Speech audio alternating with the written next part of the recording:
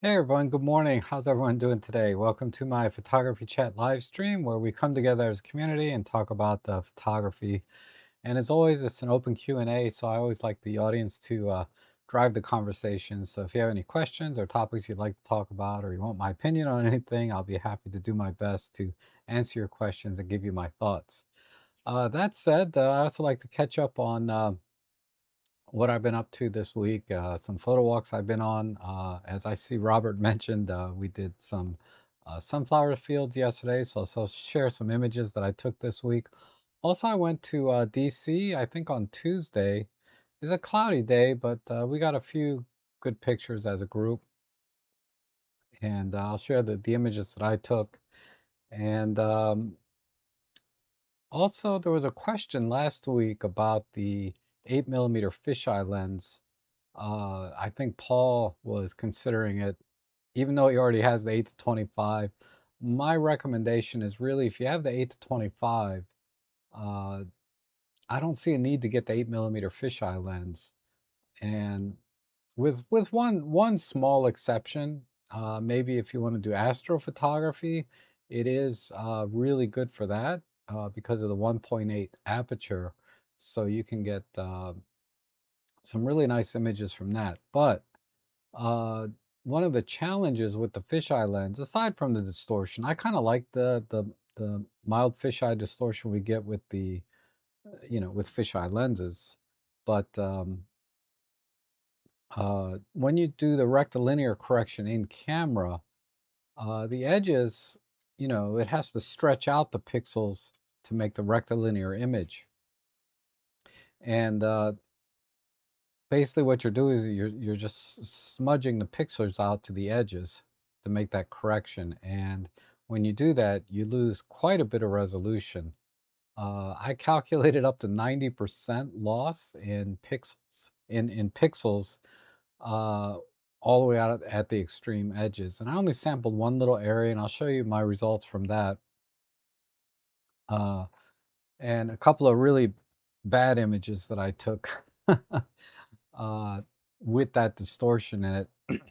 In the sense that optically they were pretty bad. I was using like f22 and crazy. But if you do want to do rectilinear on the 8 millimeter fisheye pro lens for Micro Four Thirds, the OM Systems lens, uh, I found that stopping down to like f8, f11 did clean it up a little bit, so that it was a more or less it didn't matter quite as much. I didn't do a thorough testing on that, but that's just my initial observation is the few images I had at like f8, f11, the edges were a lot better. Part of that is, depth of field, right? Because as you go further away from the lens, either in distance is how we most think about depth of field, but also in diameter, like the width side to side, because objects to your left and right are further away from the lens than an object in the front. Meaning, if you're on a parallel plane, uh, just a flat focal plane, technically the left and right side of your images are farther away, so the depth of field affects that as well.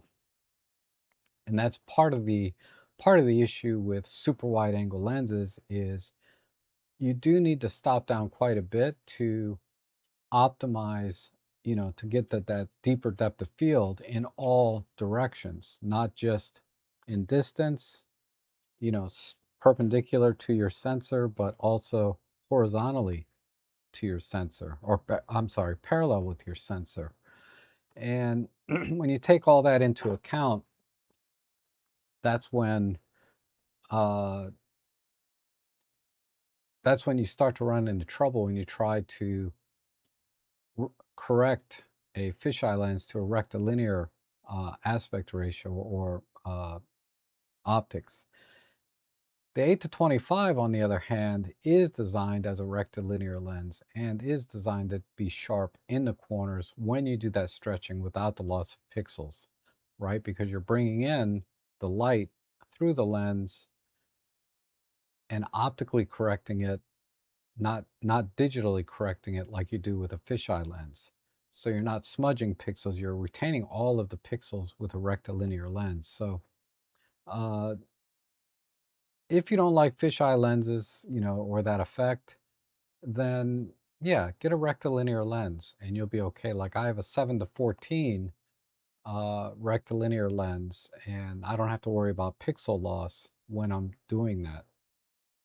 You still have to deal with, super wide angle distortion, particularly when objects are close to you, like within 3 meters or 10 feet.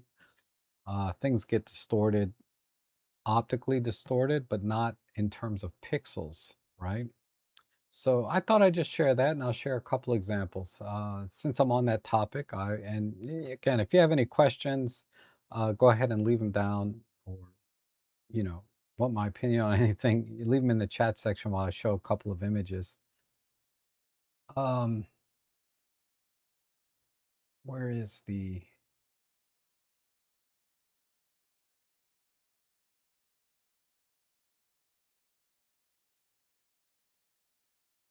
Okay, so this image here, this is one I took in DC. Let me turn off the optical corrections. So this is the entire image, and I'm pretty sure my focal point was right here. I'm at f5.6, and if we zoom in, I'm like at 400% here. We have pretty good resolution, right?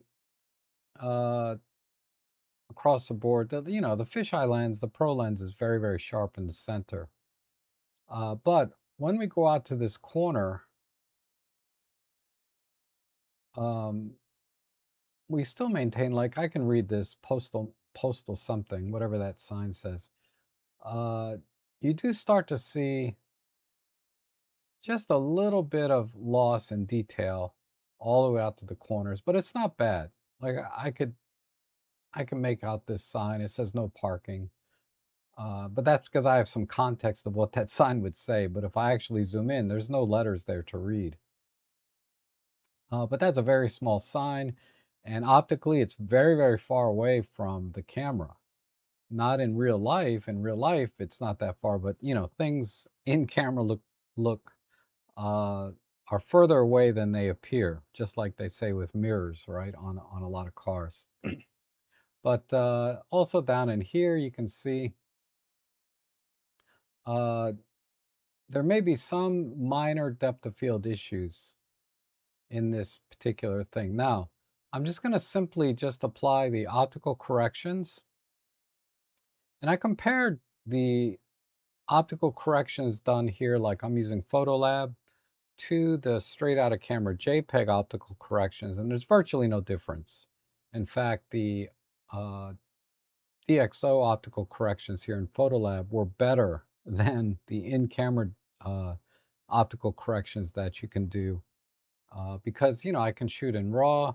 When you do optical corrections in camera, they are uh, JPEG only. All right, so that said, what I did was is I took, let me undo this. What I did was is I went all the way over here to this vehicle right here, and I cropped in,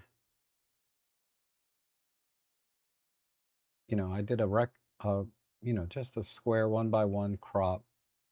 I did something like this. I cropped in over to this vehicle, okay? And I wanted to see, after I do an optical correction, and let me fix the, oops.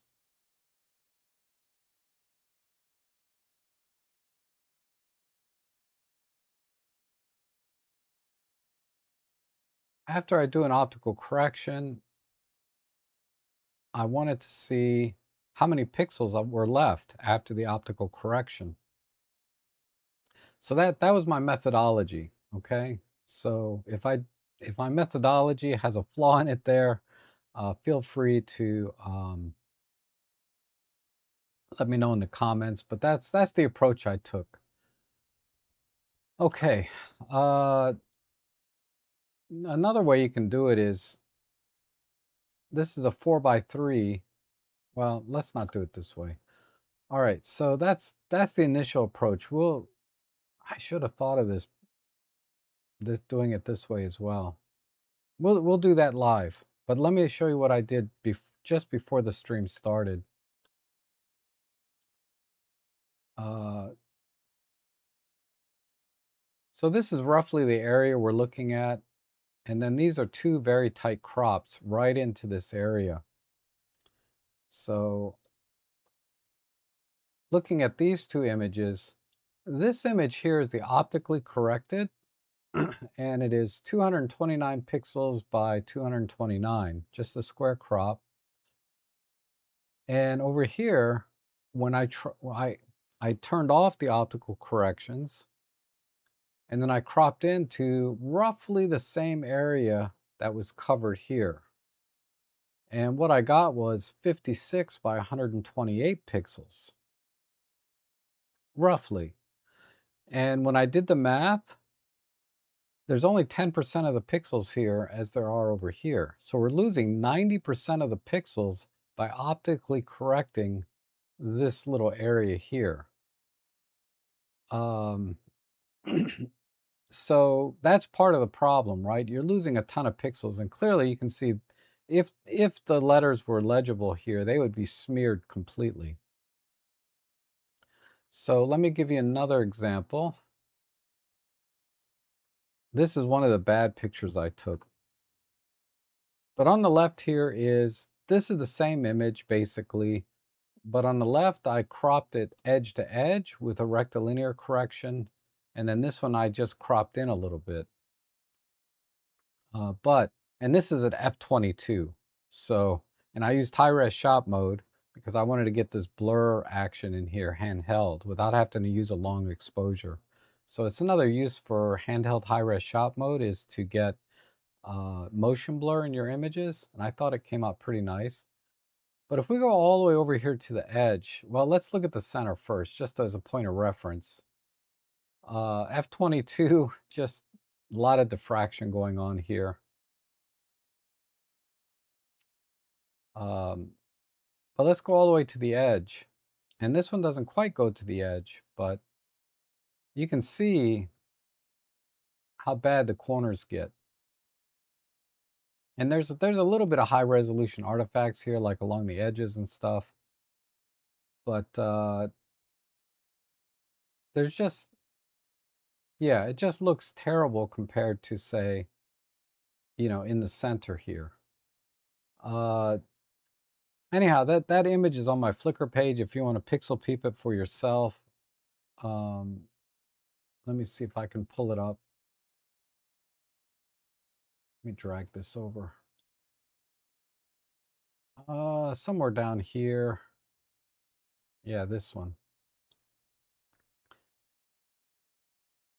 But yeah, it looks terrible. A lot of smudging, and a lot of that, in this case, it wouldn't be depth of field because I'm at f22, but the problem I have now is diffraction.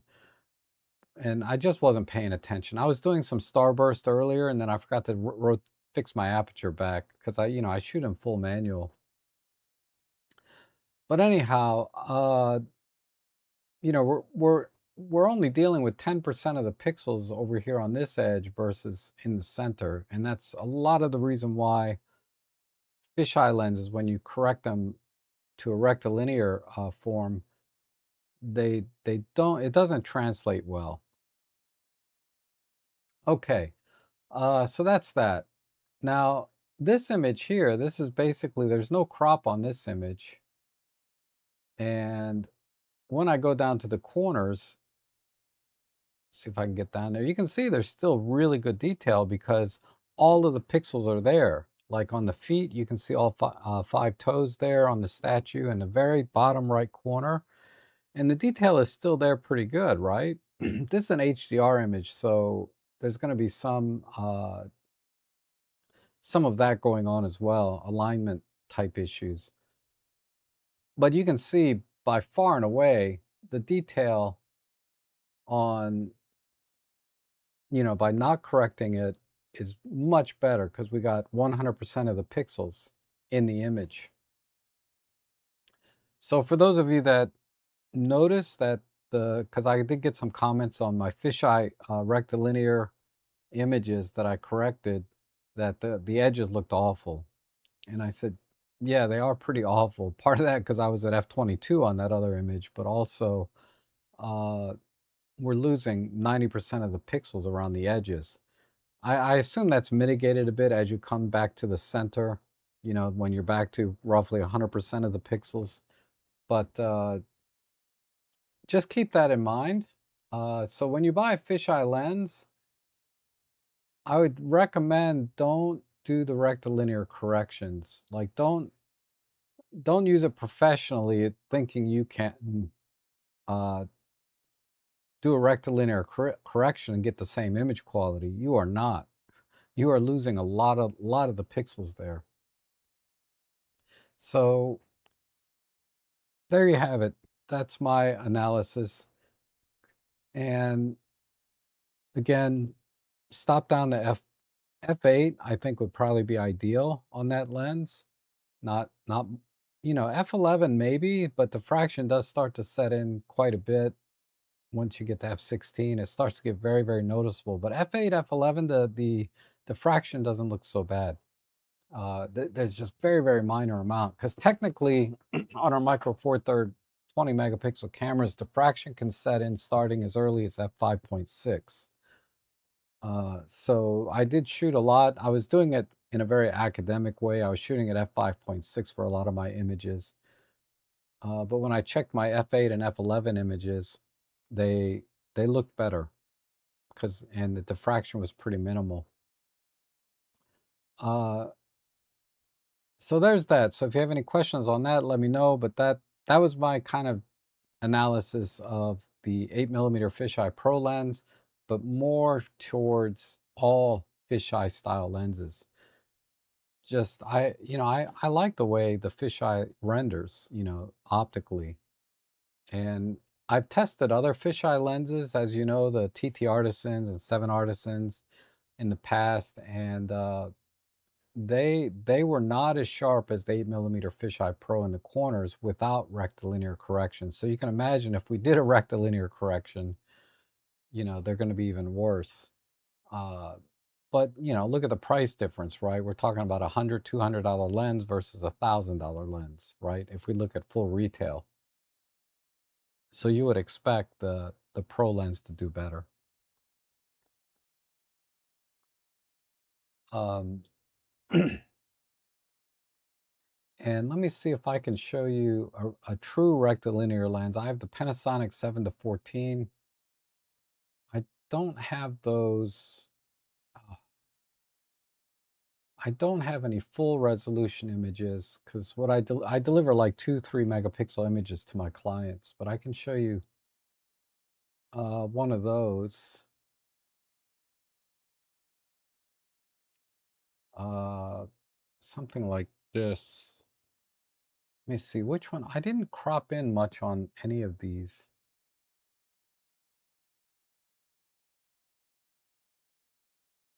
And this one I would have cropped in.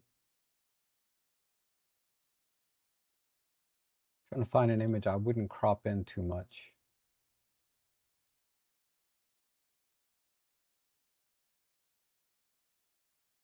And well, let's look at this. I did crop in on this one a little bit, but when you and it, keep in mind this is what 5 megapixel image here, right? Uh, you can see the detail is way better, like in this bush, and then as we go out to the other corner, over here, right? So what's another good one? This one I didn't crop in too much. Again, if we look at, oops, if we look at the corners, you can clearly read the clock, and there's grain here and carpet. So it's just what I'm trying to say is you're way better off with a rectilinear lens if you want a rectilinear lens. But as you can see, the reason I crop in on a lot of these is you get the wide angle distortion. Like the sofa looks huge over here compared to this corner and this chair. Like this chair and this chair are the same size, and things get elongated. This is normal with super wide angle lenses. Like this chair here looks enormous relative to what it really was. So I do tend to crop in on even uh, rectilinear wide angle lenses just to try to minimize that distortion. But shooting wider than I actually need gives me some flexibility of lining up, different angles and things in the image. So there you have it. Okay. Um, that was the main topic I wanted to cover today. I did get another question, I think this morning on one of my other videos about um, doing a sort of a tutorial or instructional video on how to do with the OM1 wildlife video, and I never do it. So academically, how I would approach it was I would definitely have to use a gimbal when you're doing video for wildlife, because you'll get much better stability. Even handheld, image stabilization, all that is really good. That's fine if you're not panning and doing a lot of things, a lot of action, but you have to get good at using a gimbal for video work. That's the way I would approach it. If you want to film, particularly birds in flight, things that are moving, in all directions, uh, you can do a lot of image stabilization in post work, but you want to shoot at a higher frame rate, at least 60 frames per second with the OM1. So you want to shoot 4K 60, and that way the image stabilization in software has more frames to work with to stabilize the image. Twice as many frames basically. That's the way to do it. Academically speaking, exposure settings and everything else like that are pretty much the same. You can get into exposure angle, then you might have to start getting into ND filters. So there's a lot of layers when you do video work because you are restricted a lot of times with shutter angle if you want to do it that way. If you don't care about shutter angle, then exposure settings are fairly similar. Uh, but the faster the shutter speed you use, the little bit less or more digital the image looks. It's difficult to explain in just a couple of minutes on a live stream, but my recommendation is if you don't want to use ND filters, just use aperture priority so you get the depth of field that you want. Use a gimbal if you're using it, particularly if you're using a telephoto lens, which you're always almost going to be in wildlife photography, and shoot at 4K 60 so that you can go back in post-processing and add additional stabilization if needed. And shoot a little bit wider than you need, again, as always, so that you have some room to uh, compose the shot as the animal is moving. So if you want to try to keep the animal in the center of the frame, you're going to have to shoot wider than you need so that you can recompose the shot as the animal's moving in the scene. So that's kind of the gist of that. So, but again, I don't personally have experience doing that. I almost never shoot video when I'm out in the field.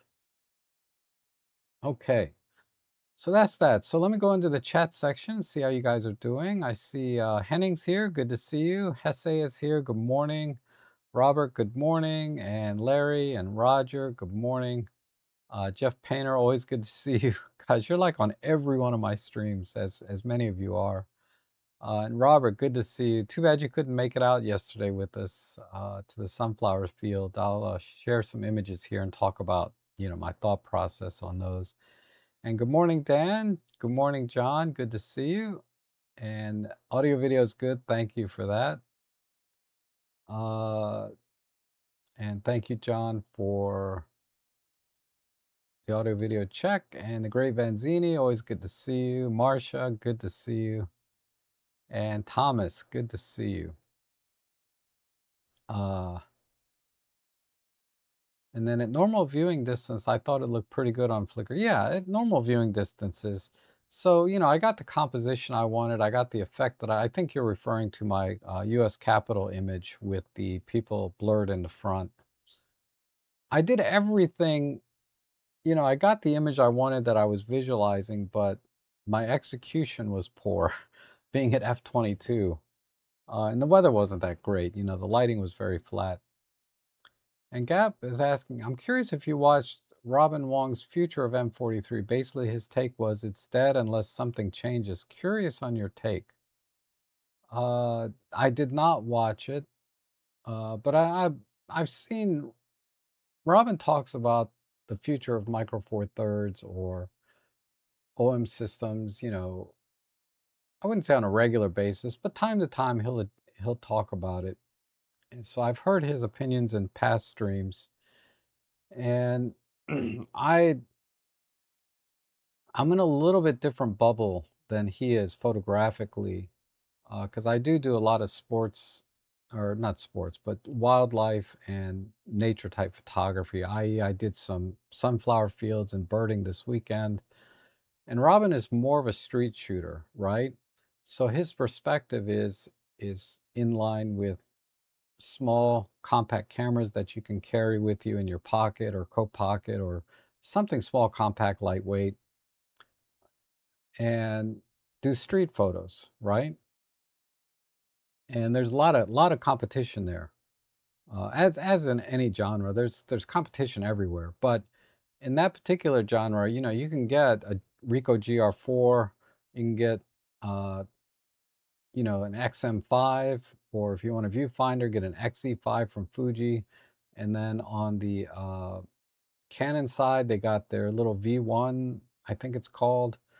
Uh, They have a lot of vlogging, i.e. street cameras, small, compact, portable, very capable. Lumix just released the L10, which I'm still waiting for mine to come in. I pre-ordered it, but still no dice. And I didn't get I saw something on 43 Rumors about the gold ones being back ordered because of a cosmetic defect. But for me, I bought the silver and black. Um, and just, I'm still waiting, and it's sold out everywhere. So, but getting back to my thoughts, so I think that's why Robin, his perspective is significantly different in the real world, right? Because he's typically shooting um, street photography, whereas I'm 90% of the time doing wildlife and nature, right? So from his perspective, I can see where there's a lot of competition in OM systems and Panasonic. The new Lumix L10 aside, don't really have new cameras that can compete, right? Because you can get the Fujifilm X100, the XM5, you can get the Canon has a couple of small, more vlogging orientated, but very small compact cameras for street. And what does OM Systems have in Panasonic? I think the L10 should do well. I mean, it's sold out everywhere right now, so it seems like it's going to do well, but time will tell. Don't go based off the initial rush to get this camera, because there's so much unbelievable hype on that camera. But uh, you know, all they have the EM10 series, right? And the OM5. And I would argue the OM5 is a bit long in the tooth, even though it just was released last year. We're still talking about using tech from the EM1 Mark III, which was 5 or 6 years ago at least. At least 5, because OM1's been out 4 years, and the EM1 Mark III was probably, so we're talking 6, 7 years probably, technology, in even the latest OM5. And the EM10, more than that, probably 8 years or more going back with contrast detect. And all I've seen from Panasonic is like the GH7 was their last camera, nothing to do with street photography or even wildlife action for that matter. The G9 Mark II, I'm surprised that that camera is not doing better, given the feedback I've heard from many of you here on my channel that it's an excellent wildlife camera. Uh, but it's a little bulky as a street camera, right?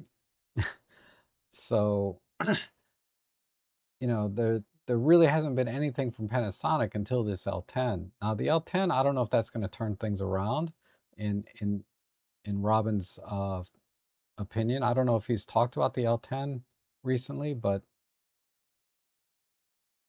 I would agree that on the street photography side, there's, you know, something they need to come out with a camera that is more capable or more, the form factor needs to be more compatible with street photographers, like their old pen lines, the Pen F. And as much as I like the OM3, and I think it's perfectly fine as a street camera, and it was marketed partially as that, right? Uh, it's still a little bit bulky, right, for street photography. Uh, and not for me. I'm fine with the size, right? I think it's a very compact, capable camera. But I think in a street photography sense, it's a lot bigger than a GR4.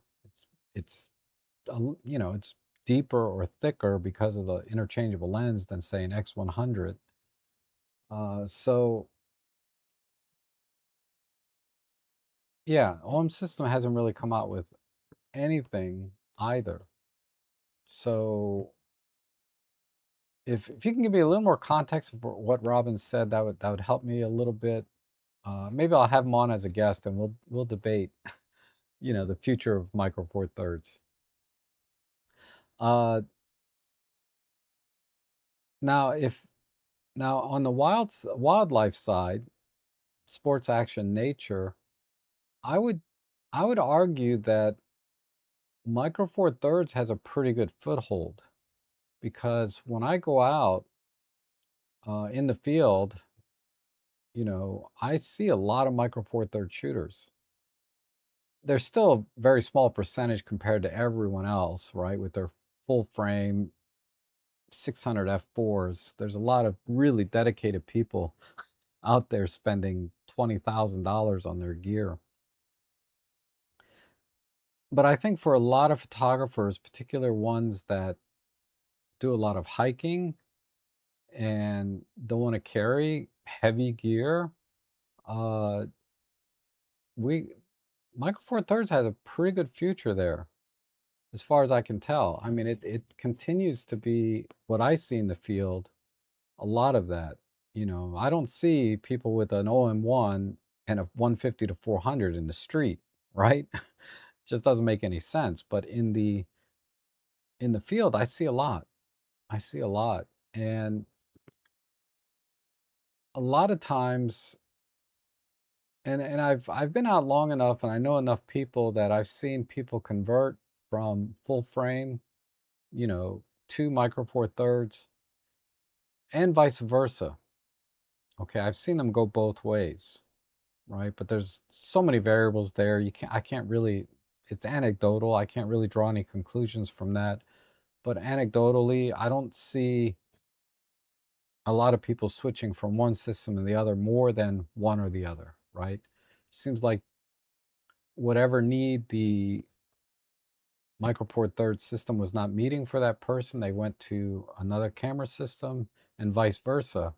Typically, I see the people that go from full frame to Micro Four Thirds is size and weight.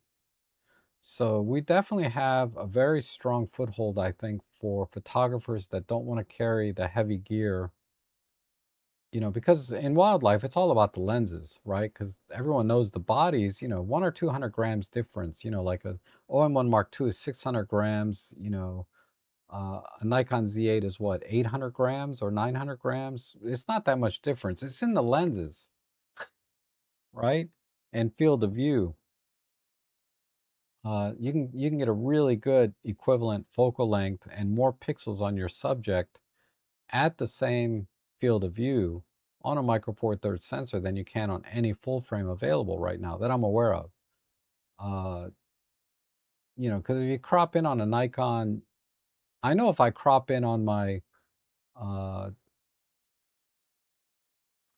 Sony A7R5, if I crop it down to like Micro Four Thirds, I'm not getting 20 megapixels. I'm getting less than that, maybe 10 or 15, something like that. I'm getting fewer pixels on the subject if I were to crop in. So ultimately, you're getting more pixels on the subject and lighter gear, right? And that's where we have a pretty strong foothold. And I think that's why it was probably smart for OM Systems from the very beginning to focus on that. Now, there seems to be a resurgence in the compact camera market. Uh, so it would be smart for them to release something like another Pen F or something in the Pen line very soon. And even maybe come out with a fixed lens camera, though I seriously doubt it. To come out with a fixed lens camera would be nice. Just like Lumix has. Uh, and Leica has with the L what is it? The Deluxe 8. But yeah, I think if they come out with say an L10 but with a mount, right? With a Micro Four Thirds mount, that would probably do really well. Uh, and if they can come out with, if OM Systems can do the same thing, come out with something that has virtually all the capabilities of the OM1 into a more compact camera. Of course, there's going to be compromises, but generally we want the features to be the same. This is exactly what Fujifilm does. They have the same APS sensor from the X-T30 Mark III to the X-T5, the X-E5, the X100. Same sensor across the board, same capability, blah, blah, blah. Compromises here and there, of course, right? Or I would say some have advantages more than others. XH2. I thought that's a really, really smart way to go so that no matter what camera a Fujifilm user picks up, if it's in that range, then they're already familiar with the camera and they can get right away. And now they have a form factor that they prefer. So if they want a compact street camera, they can get the X100. If they want interchangeable lens, they get the X-E5.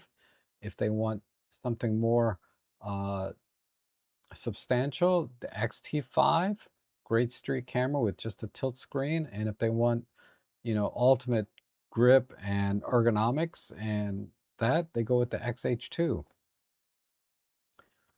So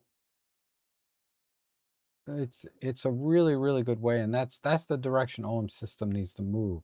Because the way it is now, the OM1, the OM5, and the EM10, basically all different systems, you know. Uh, they're basically three completely different cameras.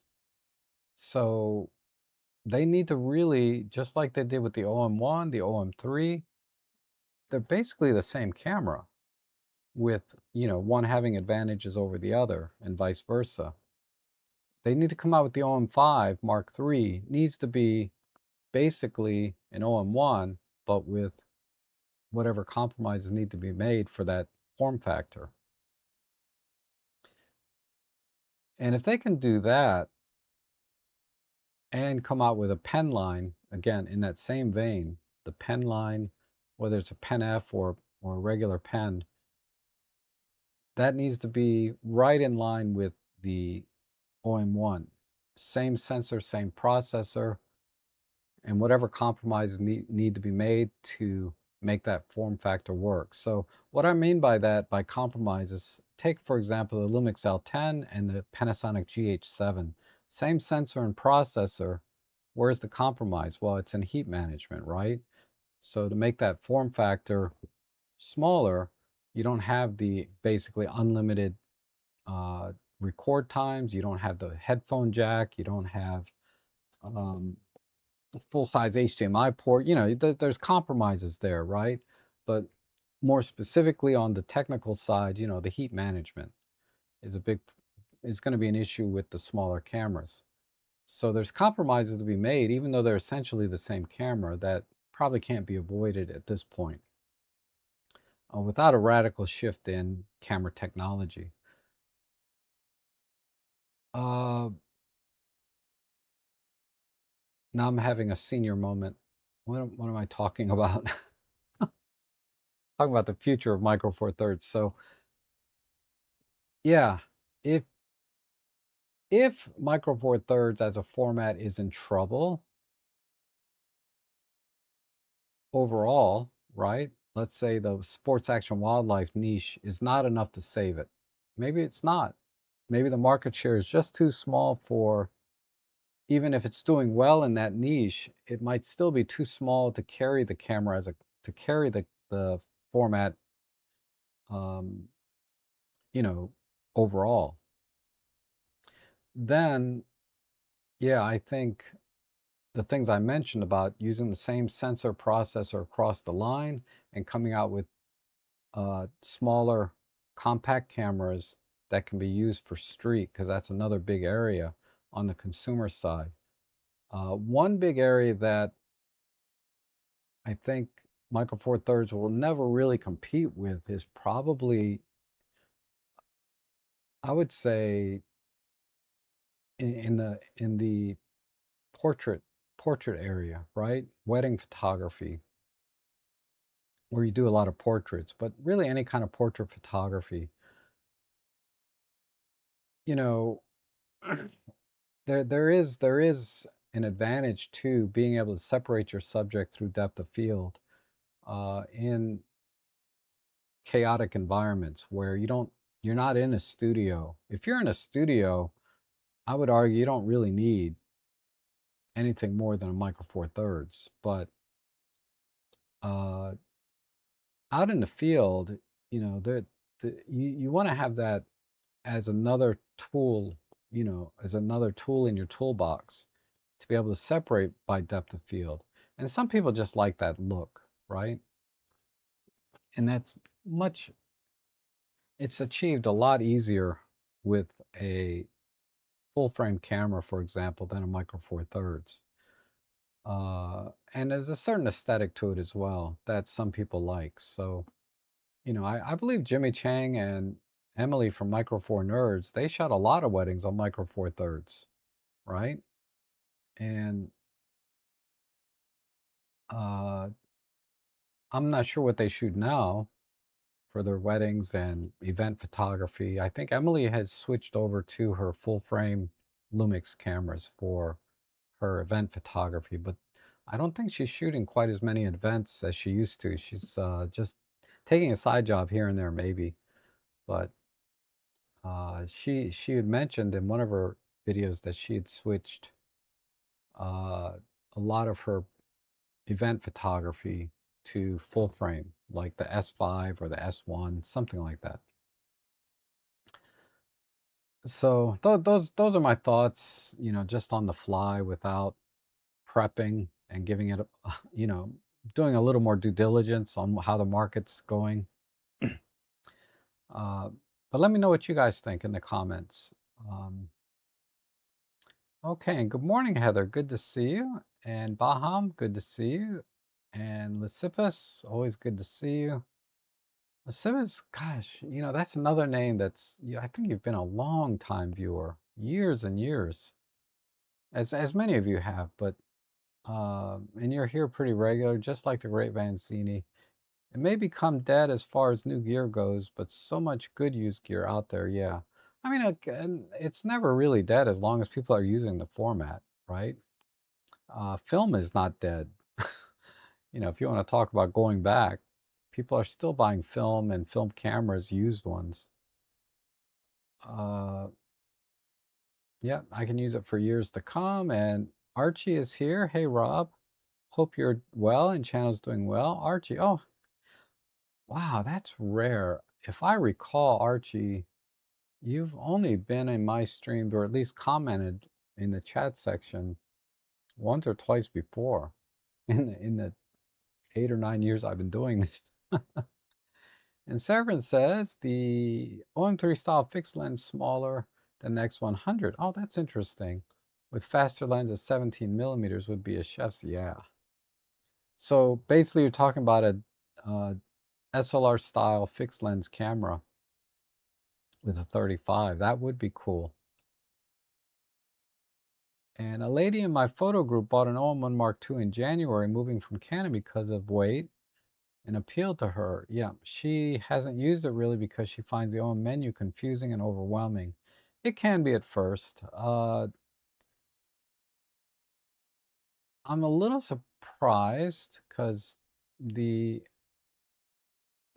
in in terms of the user interface, the Canon and OM systems are similar, where you have a top row for your main categories, and then you scroll down for the individual options in that category. So she can watch my OM best settings for OM1 video. That would be a good start.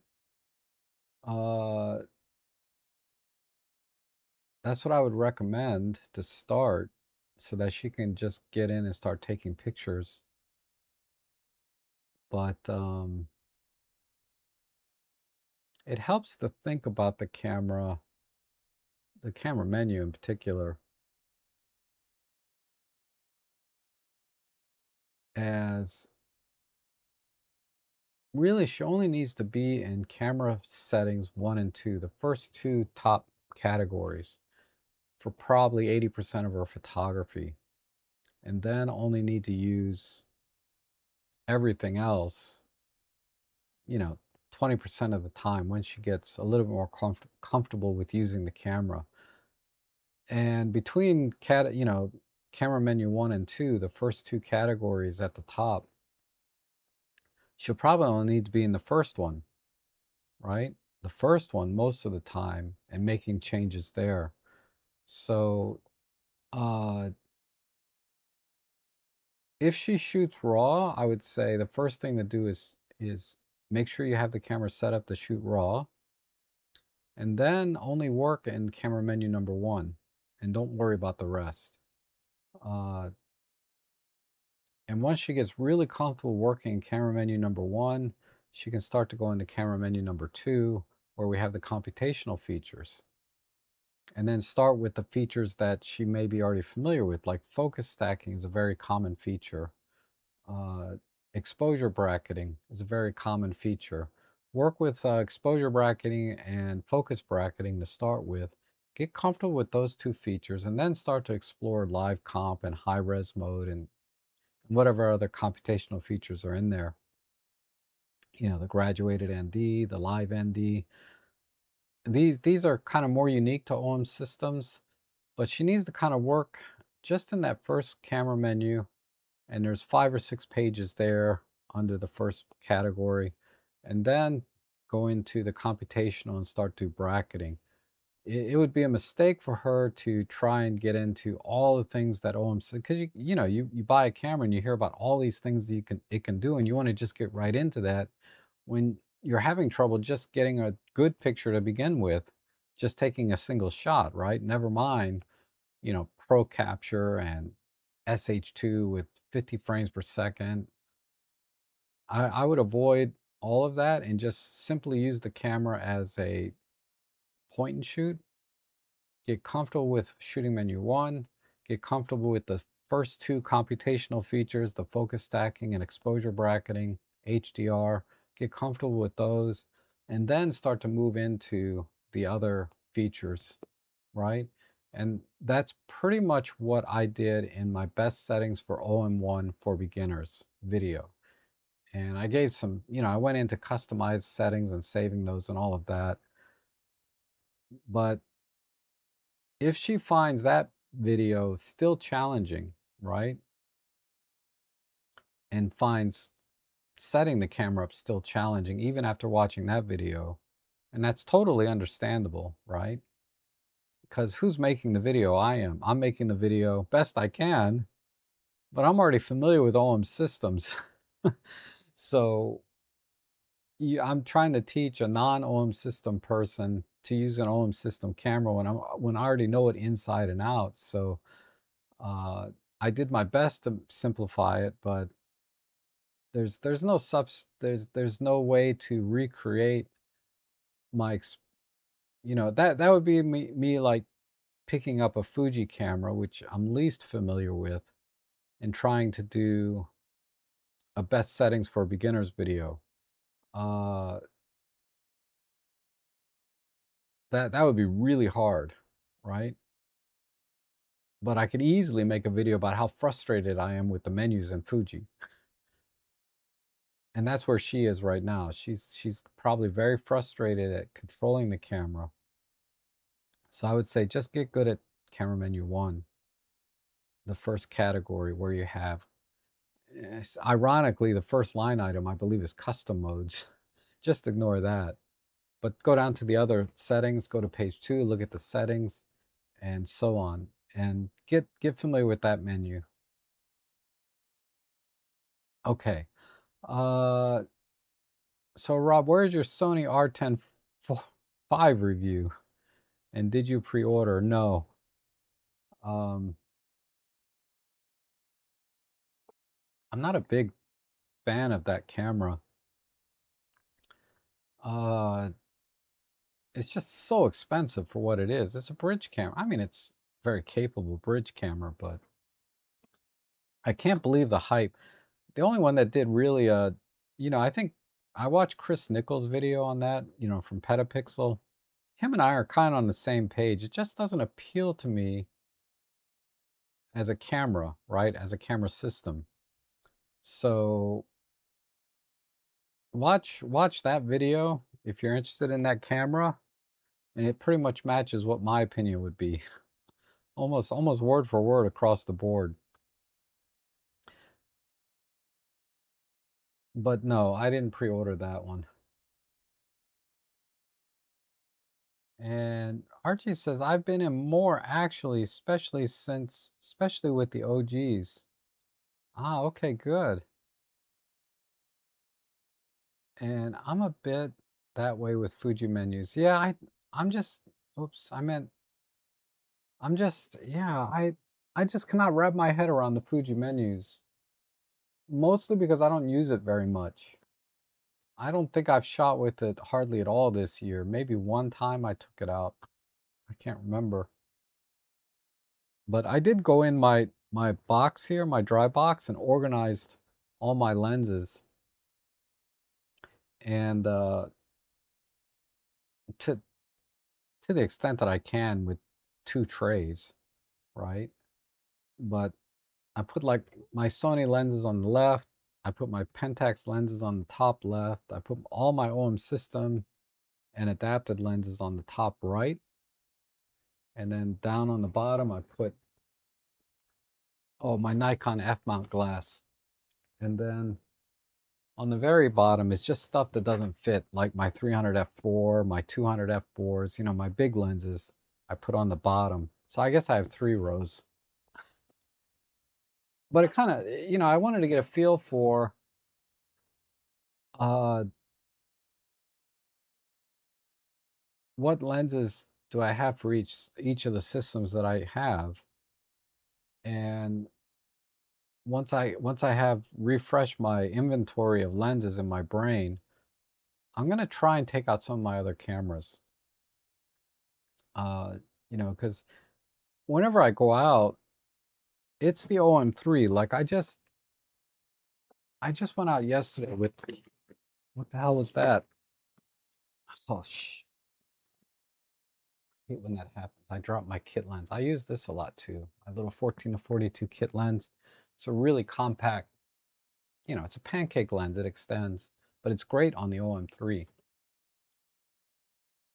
But yeah, I took out my OM3 and my 12 to 45. I used it. Normally, I would take out the kit lens with my OM3. Like when I went to DC, I used this lens because it's very compact. Great for street. But I took the 12 to 45 out yesterday to the sunflowers because I wanted to use my lens filters. You know, like my Vortex, my Kaleidoscope, in particular, those two.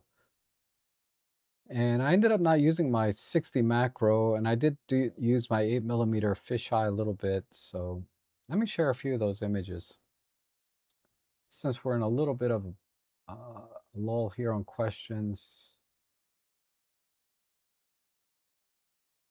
I think I posted most of them on my Flickr page. So I'll just show them from this page. If you want to see this for yourself, it's just flickr.com/RobTrek.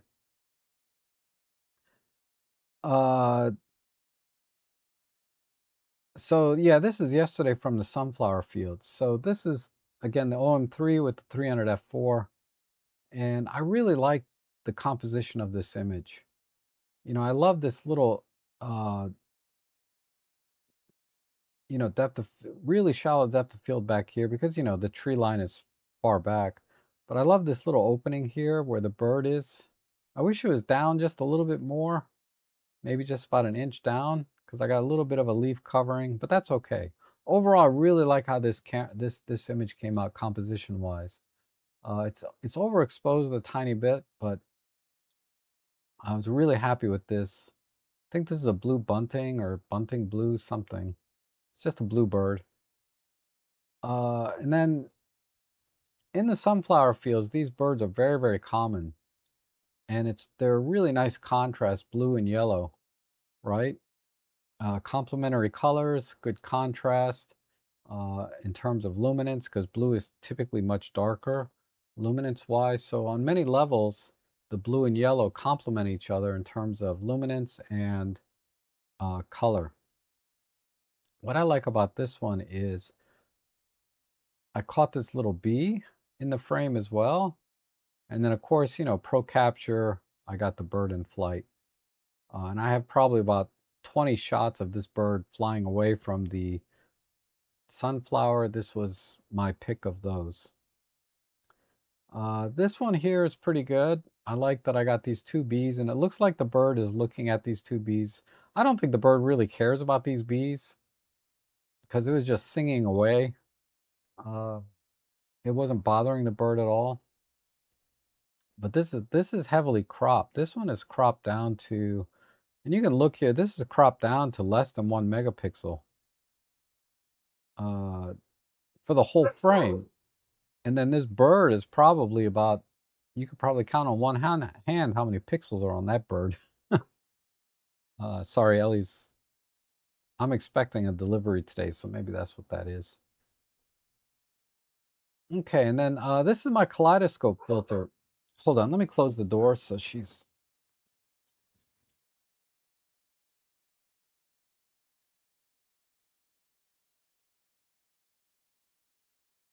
That way, her barking is not quite as intrusive. Okay, so this is my kaleidoscope filter, and I did put links down below in this video to the kaleidoscope filter and vortex filter that I used. But I really like how this came out. This is a straight out of camera JPEG, and I used the pop art filter. So this is a pop art filter with kaleidoscope lens filter.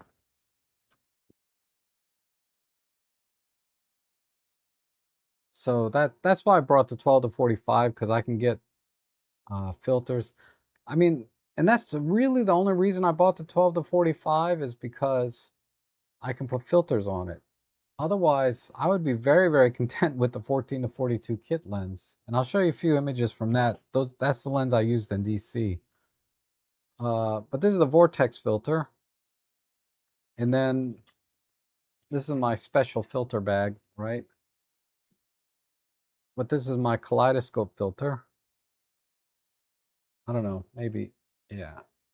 There's this. And like I said, I have my affiliates, this, affiliate links down below for these. This is the vortex filter.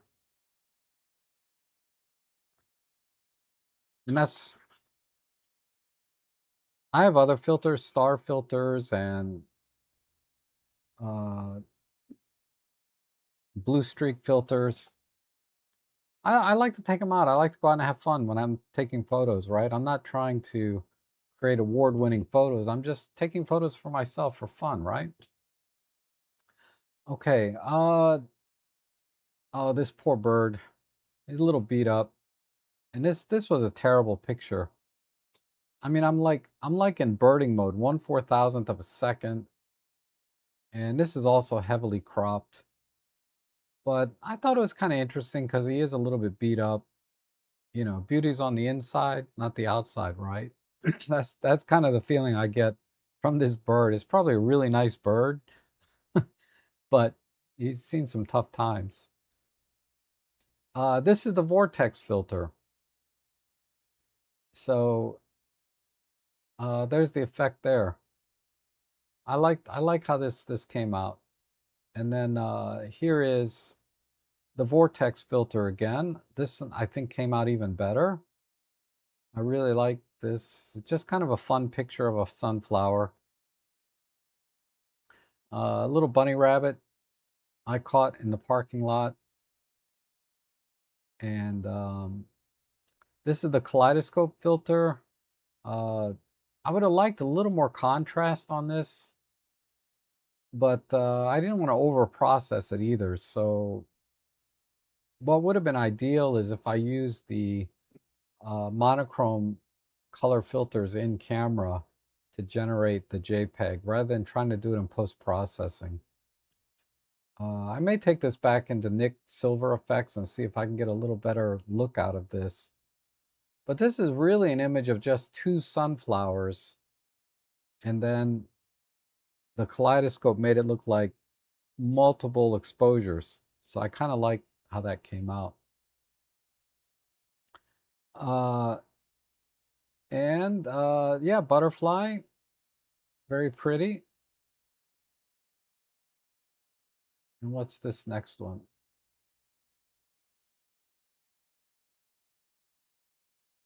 Oh, this is the 8mm fisheye lens, obviously. But this is at f1.8. So what's interesting is that you can already see the depth of field is falling off back here. It's all blurry back here, but it's only sharp up here.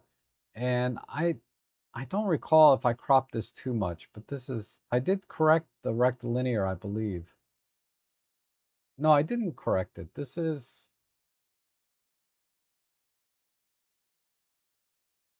not corrected. I just made sure I kept the camera level. But really good detail, and I believe this is a high-res shot mode. Yeah, this is a high-res, so I did crop. It's a high-res shot mode. I cropped in uh, about 300 pixels on each side. So not too much, and then a bunch off the top. Let's see what this is. I closed the door and my Wi-Fi signal dropped. Hopefully you guys can still see and hear me okay. I really need to get a new router.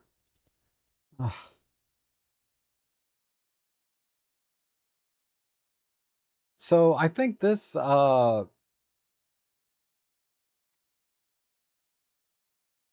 is probably my favorite image from the day shoot from the sunflowers yesterday. And this is almost straight out of camera. I just brightened up the eyes a little bit here uh, on the face. But other than that, I didn't do much processing on this one. And this is the entire frame. I didn't crop it all either, I don't think. Let's check. Oh, it is cropped. My mistake. I cropped in quite a bit. I might be able to pull the original image up. I haven't culled my images yet from DC or from, oops, let's go over here.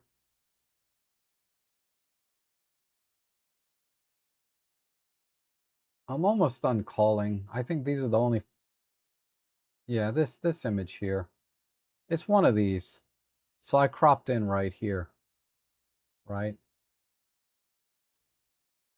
And then this is part of this. This is another one that I took, but you can see it's cropped in quite a bit. Just to give you some reference of how much detail you can still keep, even though you have to crop in quite heavy.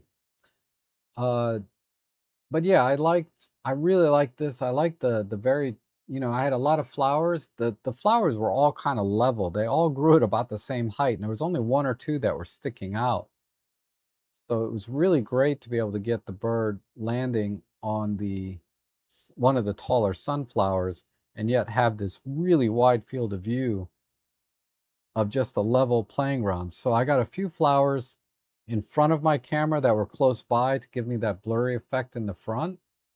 And then of course the trees are way, way back, like half an acre back. So they're going to be blown out completely. So I have a really, really good shallow depth of field, so to speak. It's not really shallow depth of field. It's just the depth of field is very I just have a huge depth of field. I don't know how to explain it. I should learn my photography terms. But because the trees are very far away, they're completely blown out. And because these flowers were very close, they're completely blown out.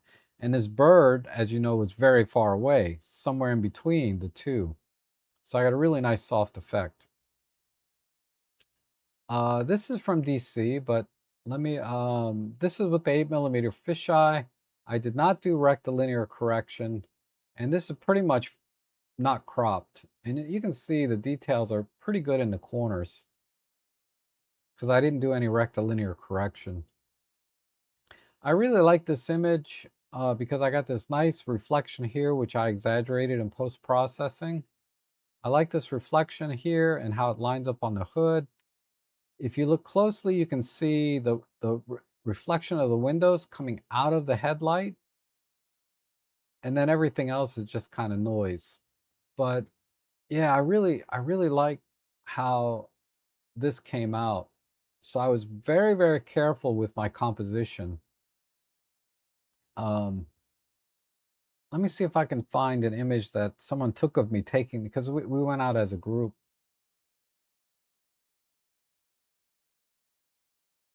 Uh,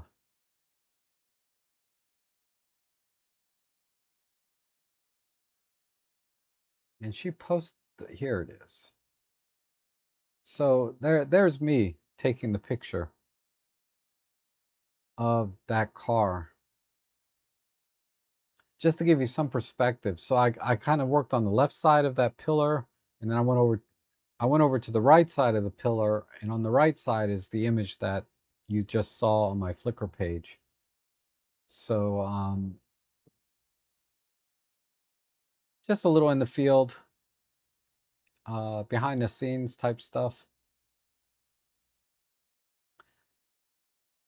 And this is what is it called? Union Station. And this is also the very first time I've ever been on a train because I took the metro in, which is a rail system. I've never been on a train in my life, and this is the first time. And a friend of mine took a video of me. I don't know how to play it though through the live stream.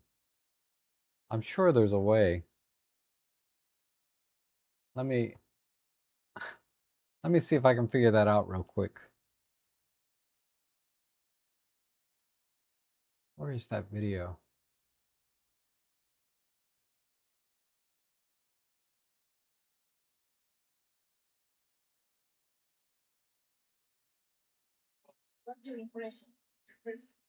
Okay, you can kind of hear it. So this is my friend. I look like a little kid.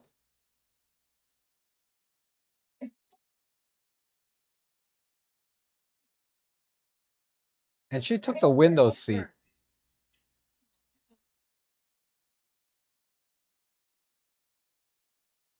Look at me looking around like all over the place.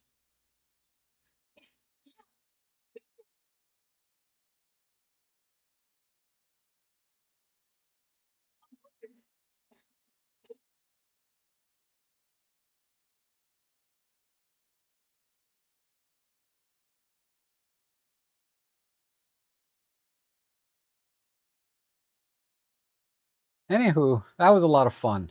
Uh, and the metro is like 2 miles from my house. So if I want to go into DC, I know how to do it now. It's so much easier than I thought. I don't know why in my brain it was going to be so difficult, but it's not bad. It's not bad. Uh, so I look forward to using the metro time to time. I mean, I have a car, so time-wise, if there's no traffic, I can get into DC faster than I can if I took the metro. But there's always traffic. So the metro ultimately is a faster way to go, and it's almost it can be cheaper most of the time. It's like $5 to park there. I think the weekends are free, but it's $5 to park, and then it's about $6 to get into DC, and then $6 to go anywhere else from there. Um,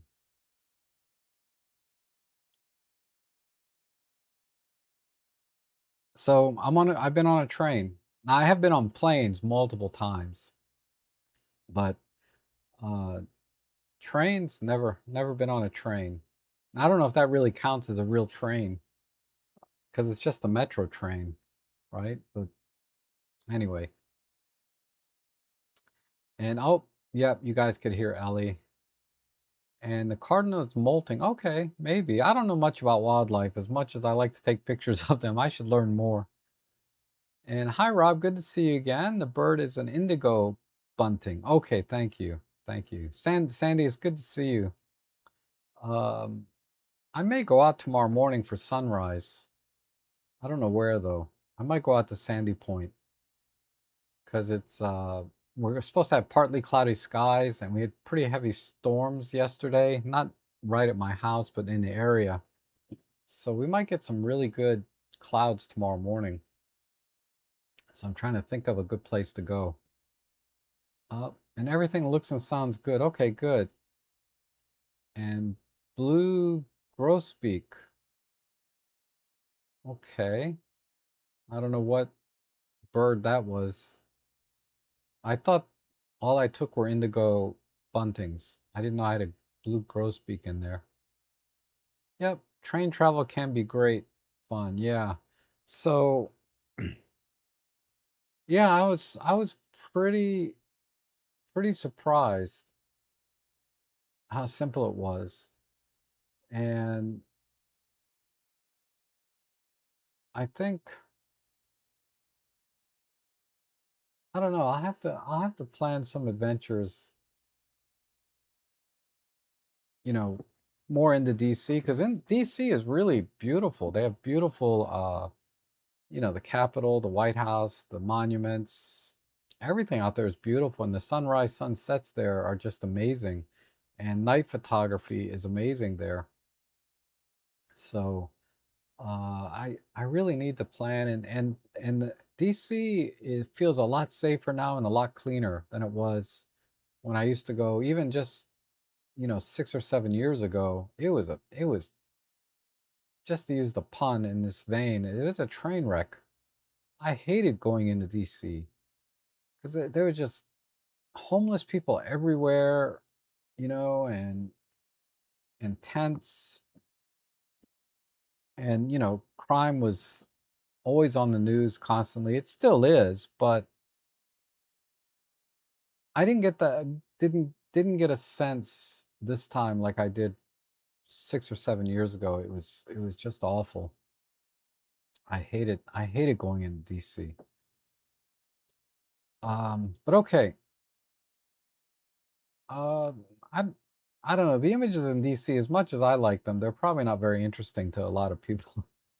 But I can share a few more. This is outside the train station, and again, I use my fisheye lens and I corrected the rectilinear, so you could even see.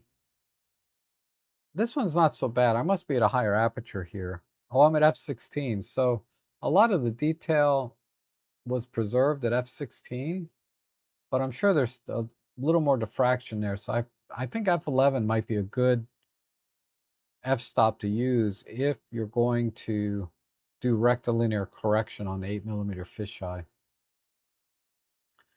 But yeah, I like this composition, and the fact that it's so wide, I typically crop to like 16 by 7 when I'm using the fisheye.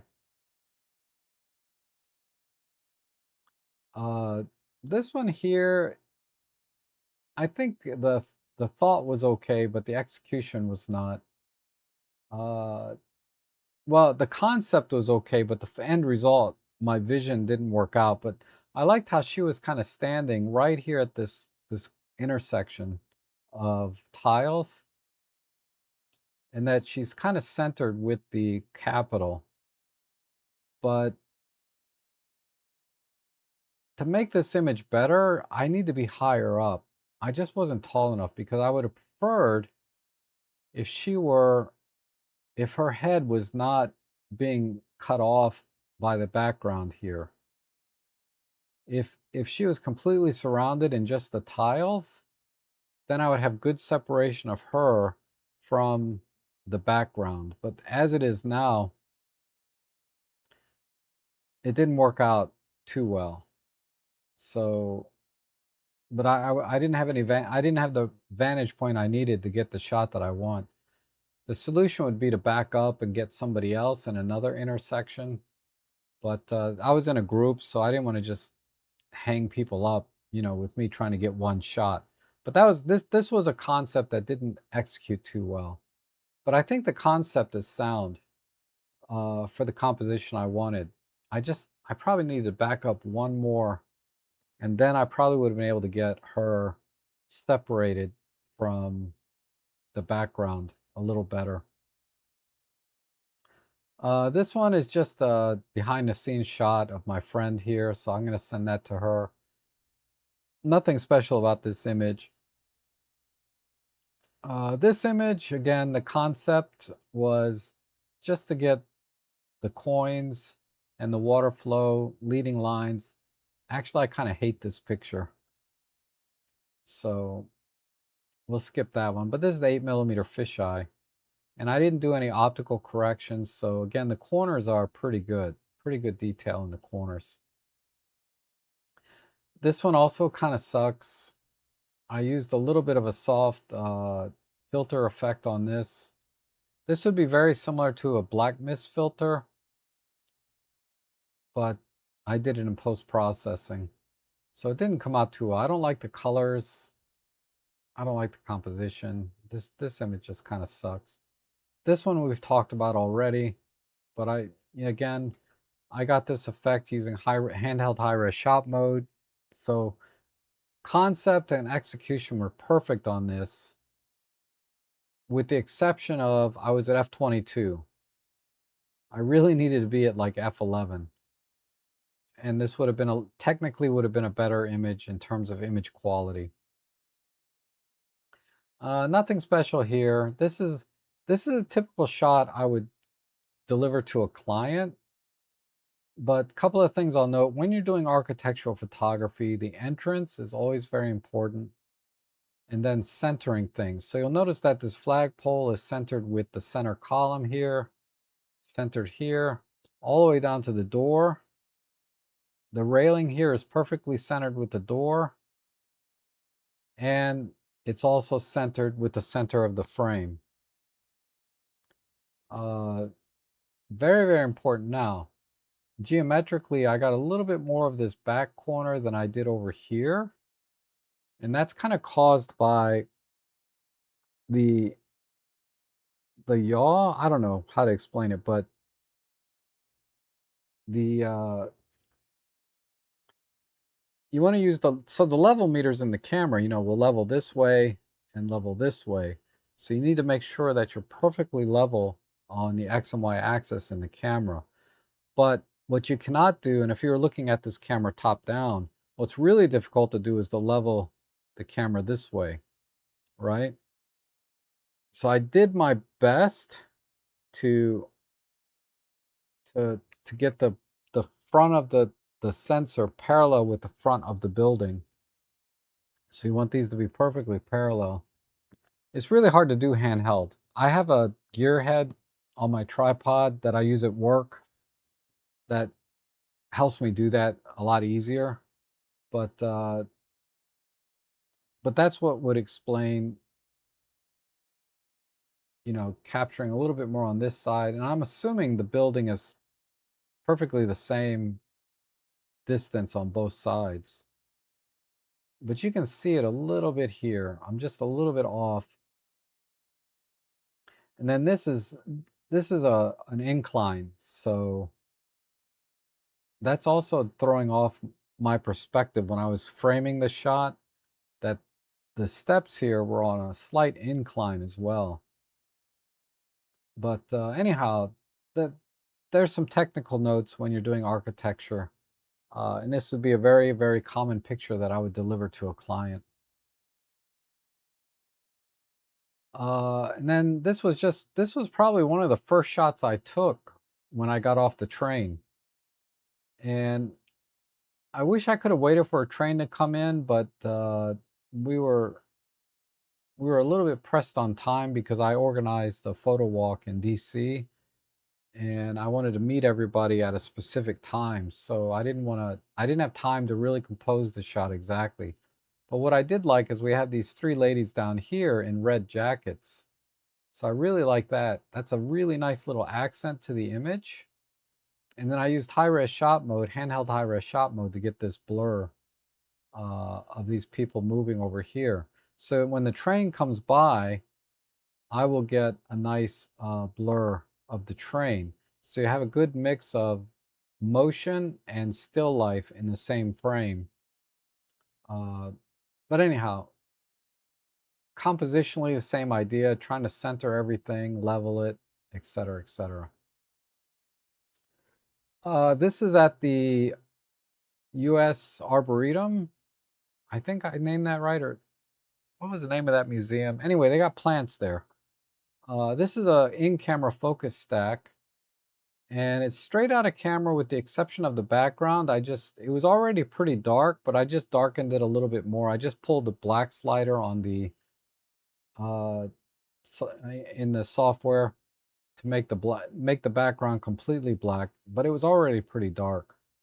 And other than that, this is a straight out of camera JPEG focus stack. So you can see it didn't focus stack the back of this petal perfectly. It's still blurry, but other than that, it did a good job. This one here is heavily processed, man. I probably spent a half hour on this one. Uh, I'll have to see if I can find the original. Let me see.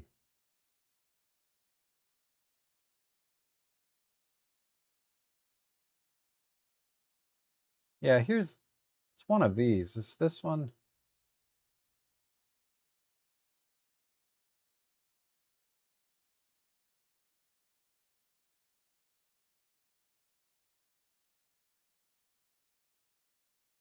But that's the original on the left, and that's my edit on the right.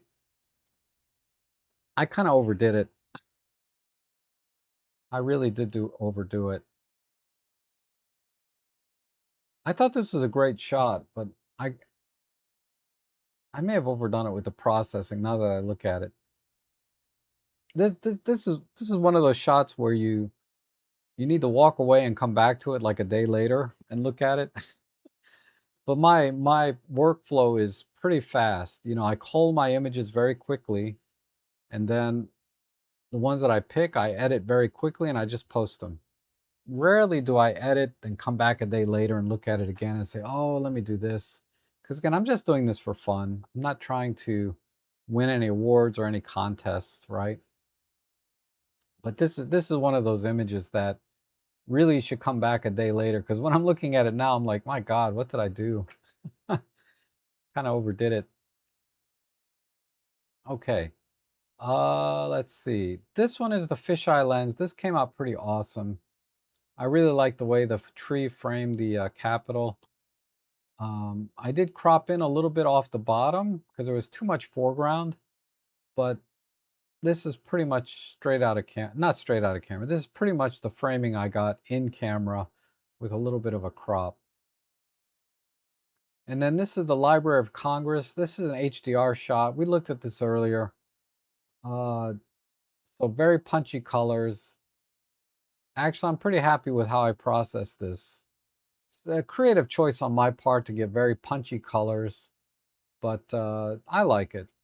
I thought it came out pretty well. And I'm shooting through glass, and I had to hold the camera up really, really high over my head because there was a lot of people in front of me trying to get this shot. And also being able to go really high up overhead, I was able to get the more of the floor of this room into the shot. Because right here, this is the balcony. This balcony sets about right here. And I was standing kind of 2 or 3 people back. I was shooting over people's head. So that's the best I could do under the circumstances. And I think that's why down in here it's very blue. Because here it's very obvious I'm shooting through glass. But this came out pretty good. This is also the Library of Congress, but this is the entrance. I just like the ceiling here. This is back at the Arboretum, I think it's called. One of the plant museum. This is a really small orchid. And this is just a single shot. I wasn't able to focus stack that one. Then we're back to just this car. This is another monument I took. I did some HDR processing on this. Uh, I just like it. I know it's a bit old school and a lot of people hate this look of HDR, but I like it. So I'm gonna edit them that way, right? And this is a straight shot. This has a nice foreground with the whatever those are, red flowers. Again, it was a cloudy day, so this probably would look really good in black and white as well, but I just decided to leave it color because I like this red. This is a nice red contrast to the green. Because unlike the blue, red and green have a very similar luminance. So if I were to convert this to black and white, there would not be good separation between the red and the green. So I shot this with the intent to shoot it in color. And this is one of the things about when you sort of train your eye for black and white.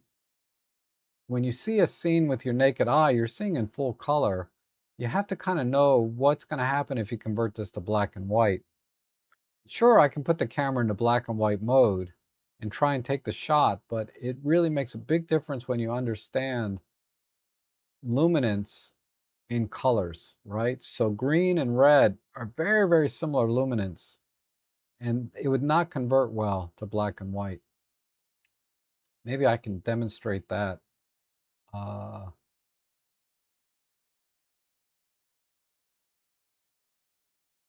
how do I? Oh, here. Um, it is.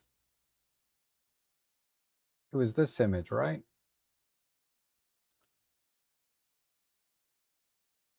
So if I just convert that to black and white,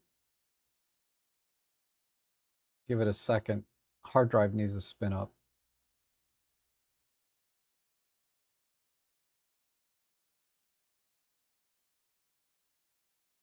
Watch this not do what I just said it's going to do, but I'm pretty sure it will. The hard drive is still spinning up, but once the hard drive spins up, it'll adjust. Seriously,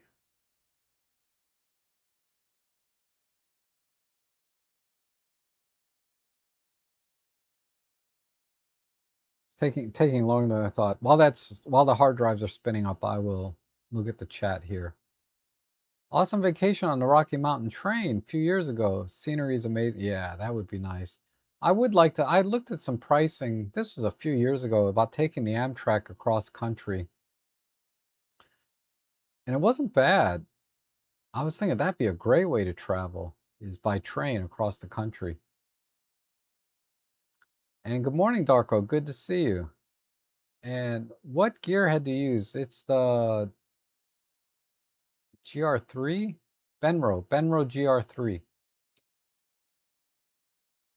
So I can pull it up. So it's this one.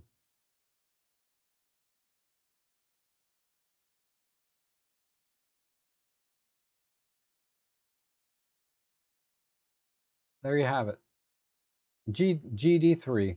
I got the name wrong. I'm thinking like the Ricoh GR3, GR4. It's the Benro GD3. Okay. Let me see if that it is not.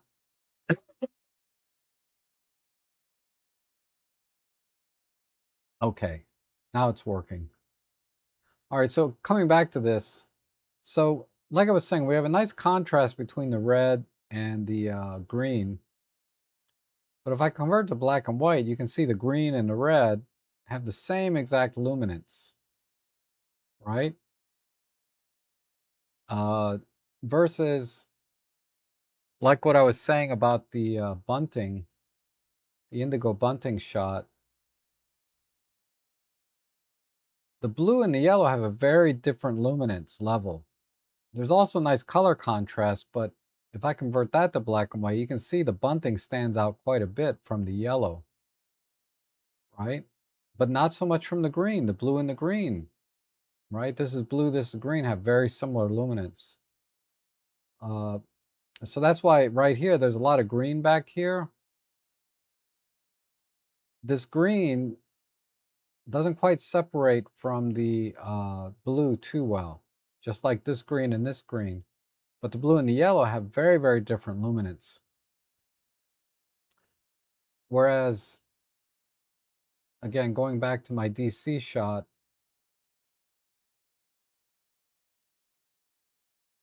this one,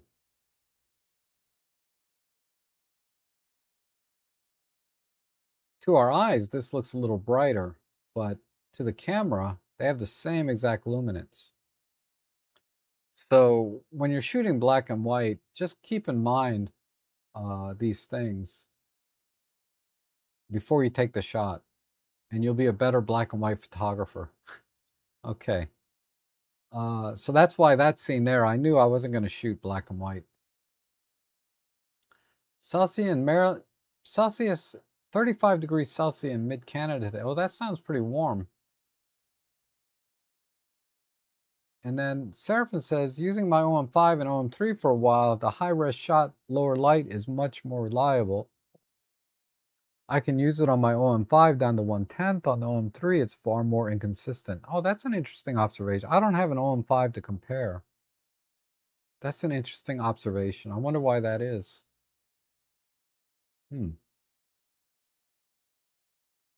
Darko says, in real life terms, how does the OM1 handle low light in your opinion? And I would assume the OM3 is the same.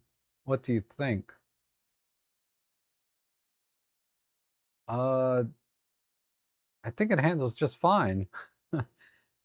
There's certainly compromises because of the pixel pitch is very, very small. I think it's only like 3 or 4 microns, right? Whatever they measure, whatever they use to measure. So you are going to have more noise and low light, but it's fine. There, it's so subjective what people prefer for low light. Like I know Robin Wong doesn't mind the noise and finds that the low light performance on Micro Four Thirds is perfectly fine. You know, whereas I'm pretty good up to about 6400. If I wasn't going to do any noise reduction and if I was in good light, I could easily do 6400. If I'm in very low light conditions and have to crank up the ISO, because there's a lot of different ways low light can be interpreted, right? Low light can be actually visually, it's hard to see because it's so dark. Um, or low light can be like you have your shutter speed cranked up much higher, much faster than the scene would call for, right? And you end up underexposing the shot. But it's very different. It's very different. You get better performance in low light by underexposing versus when it's when it's actually dark. Okay. You can recover better if you underexpose something versus if you take a picture in low light where it's actually very dark. So there's a lot of different conditions for low light. And I'm fine. What can I say? I'm fine up to 6400, uh, even without noise reduction. You know, I could use the JPEGs at 6400, assuming everything else in the scene is exposed properly. And Linda says, "Wait, you've never been on it?" No, I've never been on a train. I know that shocks a lot of people, but I've never been on a train until, last week, Tuesday. And love the Bluebird pics. Thank you, thank you. And have you ever considered making a Zine? No, my photos aren't that good. Who would want to? Not many people look at my photos online to begin with. If I were to make a print, how many people are actually going to want to see it in print? I guess it's not print, it's a book, right? That you deliver on a digital basis. I mean, my photography is okay. I would say my technical skill is pretty high in certain genres. Like I'm pretty good bird photographer, bugs, architecture. I'm pretty good at these things, but when it comes to composition and if you think of photography in terms of the fine art type photography, the great masters of photography, yeah, I'm not even close. I'm probably a 2 out of 10 when it comes to actually composing a good shot for fine art type photography or class, really master photography. Because, yeah, I can get an exposure. I get the exposure I want. I get the shot that I want. But my composition skills and eye for creative type images is terrible. I mean, it's just that because I have a decent technical skill in birding, I can get a decent bird shot. I can get a decent architectural shot like this one and these. But, you know, how many times have, okay, how many times has this shot been done before? I guarantee a million times. Everybody that's walked by this tree saw this shot and took it. Uh, yeah. Now, on the technical side, there is some thought put into the fisheye lens, the depth of field. I mean, there's some technical things here that I would say, an amateur photographer, somebody brand new going out and shooting with a camera would struggle with, right? They would struggle with composing the scene, working with a fisheye lens, getting the exposure to blend with the sky and the foreground and the tree. There's a lot of technical things that I did to get that shot that in a very short period of time, anybody with the will to do it could easily catch up to my skill level, right? And creative level. Because I'm not doing anything particularly creative. I'm doing the same shot, frame within a frame, leading lines, rule of thirds. I'm doing the basic compositional type things that every every amateur photographer learns pretty much early on or should learn. And people would argue that's probably what's holding me back, and I don't disagree with that. But like when I do my wildlife and birding, nothing special here either. Pretty good technical skill, right? To be able to capture that right moment. Uh, But basically, what am I doing? I'm filling the frame with the subject, right? Filling the frame, filling the frame, filling the frame. I'm not doing anything special with the wildlife photography either. Sure, technical skill, it's kind of up there a little bit, and a little bit of experience of, field craft, there's all of that. But fine art, no. So to answer your question, that's why I never consider doing a Zine. I mean, it would just bore people to tears. Uh, anyway, if you've taken another picture of the dome of the museum and stitched together, I have not. I have not. Although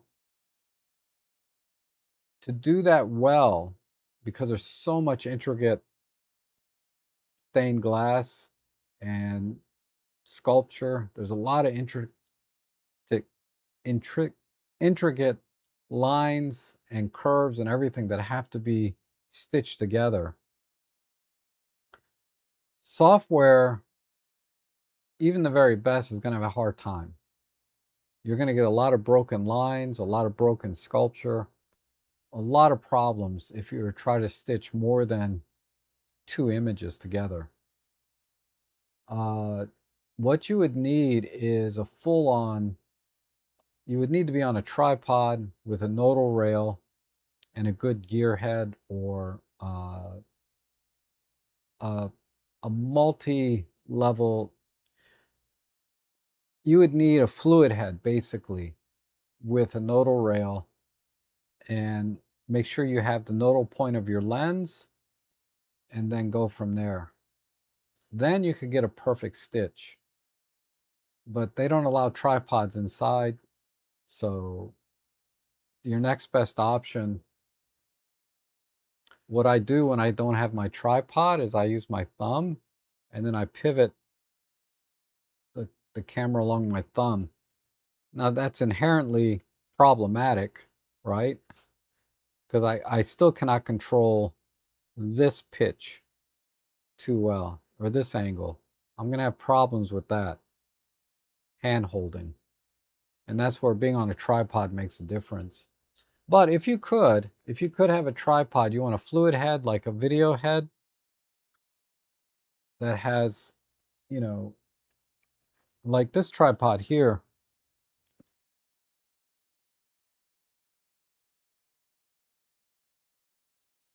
This is my multi-row panorama stitching tripod. And I have specifically a fluid head on here. So I can pitch up and down, obviously, right, for multiple rows. But I can also level this.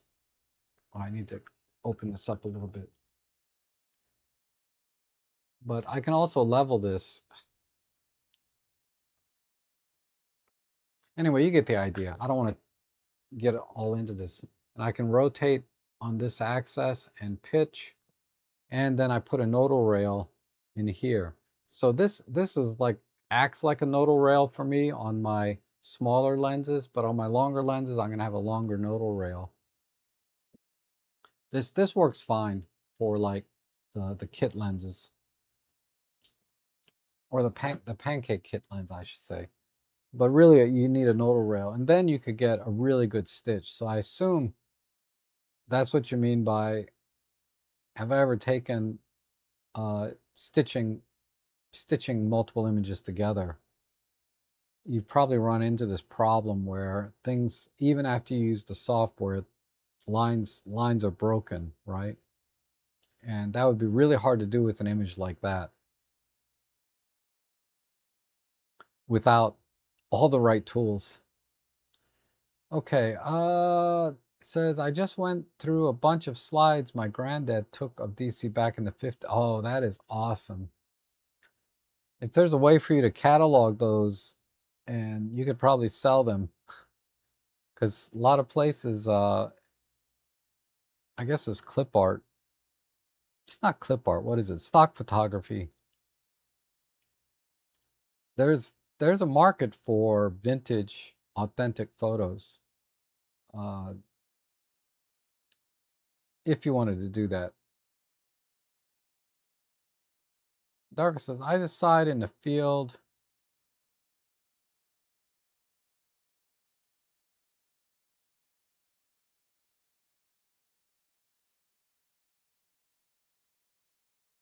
Okay, I decide in the field what images could be black and white, like you're saying, and also what images could be used in composites. Awesome way of slowing down when shooting a street. Yep. And Rob, have you ever tried the EP7? No. They're not really readily available here in the US, so I don't see them in the field ever. And I've never had one physically in my hand.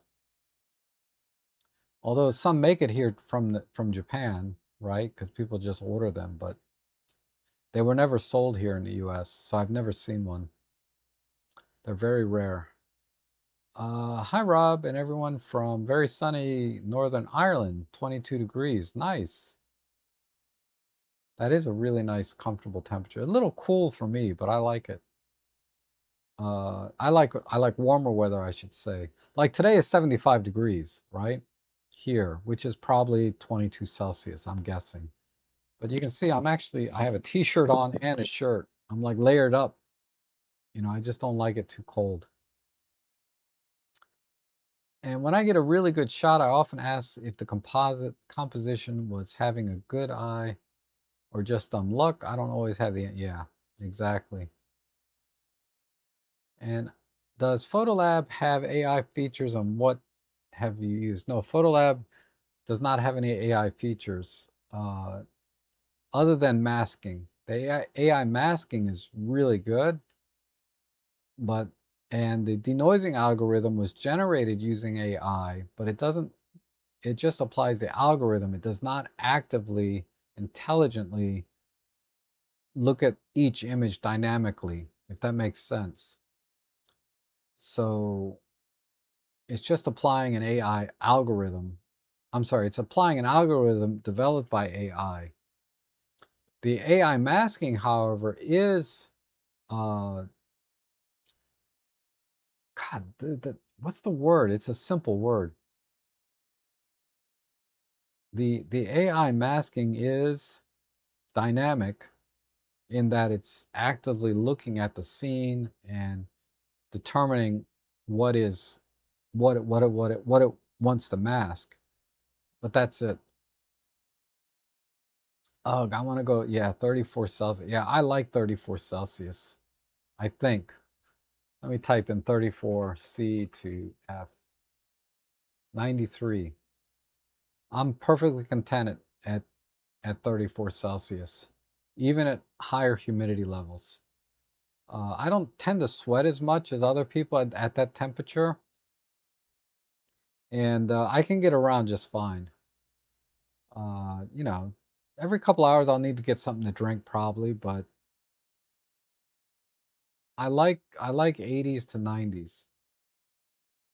I can tolerate very well in the 70s. When it gets into the 60s and 50s, that's when it's like, you know, I need my coat or jacket at least. And colder than that, we're talking, you know, winter for me. Heavy coat, hat, gloves. When we get down into the 40s, I don't like it. Even today, I got my wool socks on, right? I mean, it's but wool socks are actually, if you get thin, I just ordered some thin wool socks for summer. I really like wool. Wool socks keep you cool in the summer, and thicker ones keep you warm in the winter. Uh, Wool is the best. Merino wool for socks. As much as you can get 70-80% merino wool in your socks, and then just summertime get thinner ones, wintertime get thicker ones. And Darko says, I've tried, oh, I'm sorry. Heather says, you really need to move further south. Yes. And I tried Nano Banana for a few composites. Kind of neat, but I use my own images to feed AI. Okay. And a cool 59 this morning. Yeah, that's too cold. I couldn't deal with that. But okay,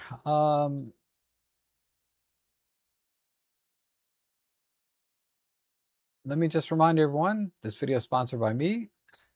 And the ads, I adjusted the ads so that they only come up every 12 minutes. I think I got it right this time. Because before, YouTube was kind of deciding when to put them in, and it was just, I think it was kind of overwhelming some people. So hopefully this pacing works for most of you, um, so that the stream is not so choppy. And also, I have my affiliate links down below to the filters I talked about. Also, I have donation links, and you can also become a member for 99 cents a month if you'd like to support the work that I do here. I really try every week, particularly on the Sunday and Friday streams. The Sunday streams, I try to answer any photography questions and share some technical knowledge, right? Like we talked about some black and white. We talked about the 8mm fisheye, and then I'm open to all questions also, and opinions, like we talked about Micro Four Thirds. But that's what I do on Sundays. And then Fridays, I do the Photo Lab, photo editing. So you can submit your images for me to edit your photo using Photolab, so you can see my workflow on how I edit images, learn how to use the tools in Photolab. And of course, I have my affiliate links for that down below as well. And then Tuesday is more of a shopping day, right? We go online and we look for deals together. And I have a new page called robtrek.com/deal20. Let me just show you that. And the link should be down below for that as well. But this is all the photography accessories under $20. And there's some really good deals here. This bag here, this is the bag I use all the time. This is an awesome bag. This is what I took to DC. This is awesome. And it's $13. I paid $25 or $26. I paid double the price for this. And now it's under a different brand, but it's the same bag for $13. And but I try to find things, $10, $20 tripod. You're not going to beat this. This is an awesome tripod, etc., etc. So check out this page. That's a new one for me, but this is what I do on Tuesdays is I update these pages on a regular basis. So check back often, even if it's not Tuesday, for deals. And then I'll have the oddball like live stream with guests, right? I think what was it? Somebody just reached out to me. They wanted to be can't remember his name. I'm gonna email him back today and set up a live stream. He has a YouTube channel here on YouTube. He shoots with the OM5, which I do not, and has a lot of good videos. I just can't remember his name. I'm so bad with names. But I'm gonna, I'm gonna set that up as well. So I'm just gonna do a last minute check on to the chat. So I'm just starting to organize my non-lens stuff. How did I get so much? Rob Deals, yeah. Heather and the great Vanzini and all you guys are kind of my regulars on my shopping streams. But I do find some good deals time to time, like exceptionally good. Like that bag, that's an exceptional deal, $13. The $20 tripod, that's pretty exceptional. Anyway, enough of that. Those are all the different ways you can support me, and it's greatly appreciated. I had kind of a financial setback this month. It's my fault, but yeah, I've been set back quite a bit this month. So anything you guys can do to help out in that respect by using my affiliate links, so there's no cost to you, or if you just want to donate and support the work that I do here, it's greatly appreciated. But most important of all, I want you guys to have a good day. Try to do that every day, and you'll have a great life, right? So eat healthy and exercise. I want everyone to be with us together for a long, long time. I really enjoy these live streams with you. Thanks for watching, and I hope to see you guys all again soon.